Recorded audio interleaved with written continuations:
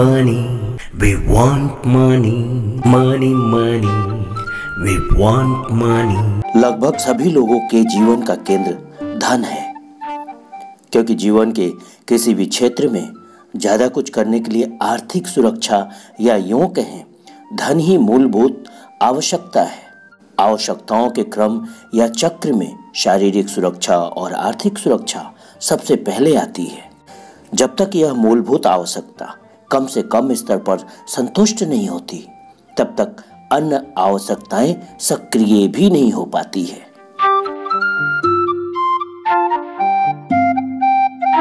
समाज का हर वर्ग आर्थिक चिंताओं का सामना करता है, लेकिन केवल और केवल धन कमाने को केंद्र में रखना और इस पर पूरा ध्यान केंद्रित करना विनाश का कारण भी बन सकता है। चाहे परिवार हो, मित्रता हो या कारोबार या अन्य कोई भी कार्य, अगर केवल धन ही एकमात्र केंद्र बिंदु है, तब समझ जाना चाहिए कि केंद्र से जुड़े विषय जैसे सुरक्षा, मार्गदर्शन, बुद्धि और शक्ति सभी गलत दिशा में ही रहेंगे। आइए हम इस सर्कल के द्वारा समझते हैं। धन केंद्र बिंदु है आपका, सुरक्षा, मार्गदर्शन, शक्ति और बुद्धि इसके परिधि है जो इसके चारों तरफ हमें मजबूती देने का कार्य करते हैं। अक्सर धन के केंद्रित लोग परिवार या अन्य प्राथमिकताओं को परे रख देते हैं। ऐसे लोग यह मान लेते हैं कि आर्थिक आवश्यकताएं सबसे पहले आती है और यही सबसे बड़ी भूल है।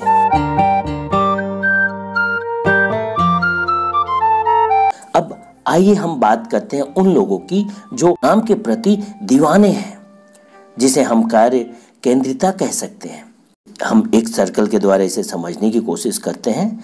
आपका सर्कल कार्य यानी वर्क, सुरक्षा, मार्गदर्शन, बुद्धि और शक्ति इसके परिधि है। काम के प्रति दीवाने लोग काम के प्रति इतने दीवाने होते हैं कि वे अपने स्वास्थ्य, संबंधों और जीवन के दूसरे पहलुओं की कीमत चुकाने को तैयार रहते हैं। ऐसे लोगों की पहचान उनके काम से होती है। ऐसे लोग हर उस चीज से असुरक्षित अनुभव करते हैं जो उन्हें काम करते रहने से रोकती है।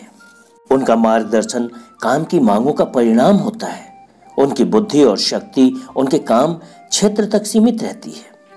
इस तरह अलग अलग व्यक्ति के अपने जीवन के केंद्र अलग अलग होते हैं। कुछ लोगों के जीवन का केंद्र होता है स्वामी तत्व या पैशन, कुछ के जीवन का केंद्र होता है आनंद या प्लेजर, कुछ का केंद्र मित्र या शत्रु, और कुछ आत्म केंद्रित होते हैं और कुछ आध्यात्मिक केंद्रित होते हैं। हम इस परिधि को समझने की कोशिश करते हैं। पैशन, सुरक्षा, मार्गदर्शन, बुद्धि, शक्ति, आनंद, ये वो सर्कल है जिसके चारों ओर एक परिधि बनी होती है और हम सेंटर पॉइंट पे चाहते क्या है। आइए इस पर विचार करते हैं। लेकिन इस सर्कल में आप कहां पर हैं? आपके अपने जीवन के केंद्र में क्या है, यह देख पाना आसान नहीं होता। हर व्यक्ति के जीवन का केंद्र दूसरे से अलग हो सकता है। परिवार में जितने सदस्य हैं, उनके सबके जीवन का केंद्र अलग अलग हो सकते हैं। शायद अपने खुद के केंद्र को पहचानने का सर्वश्रेष्ठ तरीका अपने जीवन समर्थक तत्वों को गौर से देखना है, यानी सुरक्षा, बुद्धि, मार्गदर्शन, शक्ति को अच्छी तरह से परखना। सही सिद्धांतों पर अपना जीवन केंद्रित करके हम चारों जीवन समर्थक सुरक्षा, बुद्धि, मार्गदर्शन, शक्ति के विकास के लिए ठोस नींव तैयार करते हैं, क्योंकि सही सिद्धांत कभी नहीं बदलते और हम उन पर विश्वास कर सकते हैं। अगर हम गौर से देखें तो पाएंगे कि सिद्धांत लोगों या परिस्थितियों से बड़े होते हैं और हजारों साल के इतिहास में हमने सिद्धांतों को बार बार जीतते देखा है। आइए इसे इस परिधि के द्वारा समझें। सिद्धांत आपका केंद्र बिंदु है। इसके परिधि हैं परिवार, धन, कार्य, स्वामी तत्व, आनंद, मित्र, शत्रु, आध्यात्मिक, आत्मा, जीवन साथी।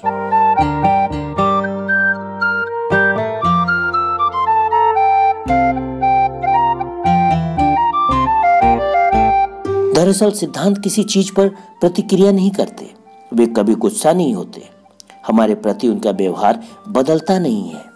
वे हमें अकेला नहीं छोड़ते, वे हमें बर्बाद करने के फिराक में नहीं रहते, वे हमारे लिए शॉर्टकट या क्विक फिक्स समाधानों के रास्ते नहीं बनाते।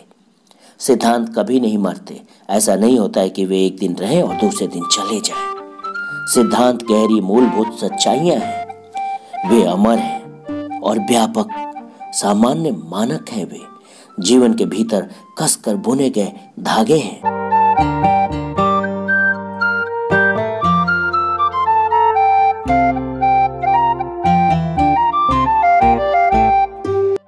आइए अपने अपने केंद्र को पहचानने का सरल तरीका समझते हैं। मान लीजिए आज रात आपने अपनी पत्नी के साथ किसी संगीत कार्यक्रम में जाने की योजना बनाई है।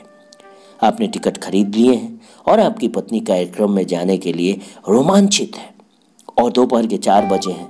अचानक आपका अधिकारी या बॉस आपको बहुत जरूरी काम से बुला लेता है और अगले दिन के जरूरी काम आपको सौंप देता है। अगर आप जीवन साथी या परिवार केंद्रित हैं तो आपकी चिंता आपकी पत्नी या परिवार होगा। तब हो सकता है आप अधिकारी को बता दें कि आज आप नहीं रुक सकते और यह कहकर अपनी पत्नी या परिवार को खुश करने चल देते हैं।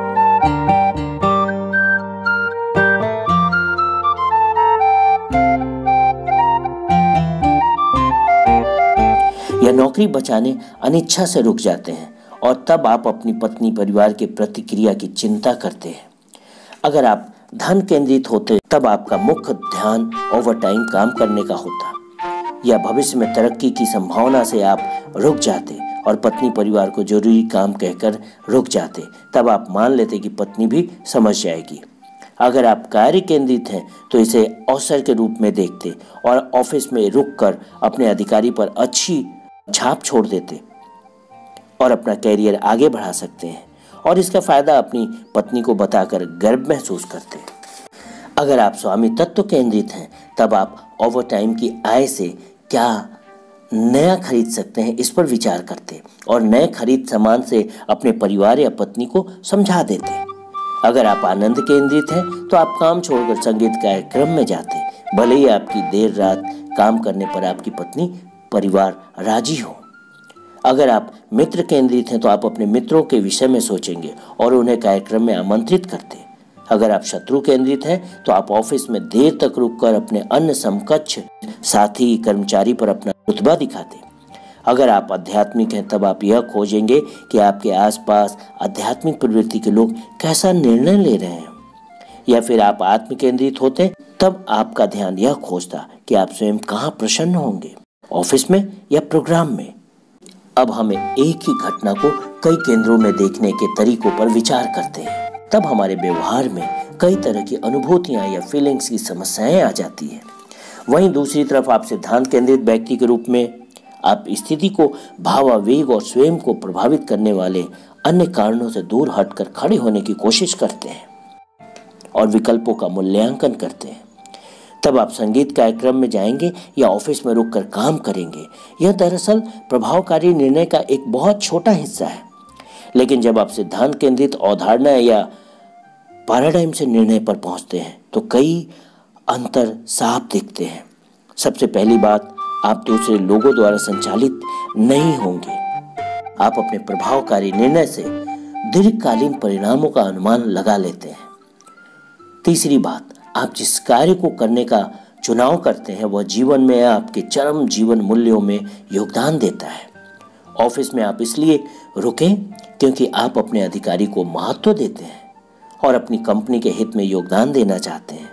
चौथी बात, आप अपनी पत्नी, परिवार और अधिकारी तक अपनी भावनाएं उन सशक्त नेटवर्क के माध्यम से पहुंचा सकते हैं जिन्हें आपने परस्पर निर्भर संबंधों में बनाया है, जो कि आपके पास और सुदृढ़ व अपरिवर्तनीय केंद्र से प्रभावित होने वाली उच्च दर्जे की सुरक्षा, मार्गदर्शन, बुद्धि और शक्ति है।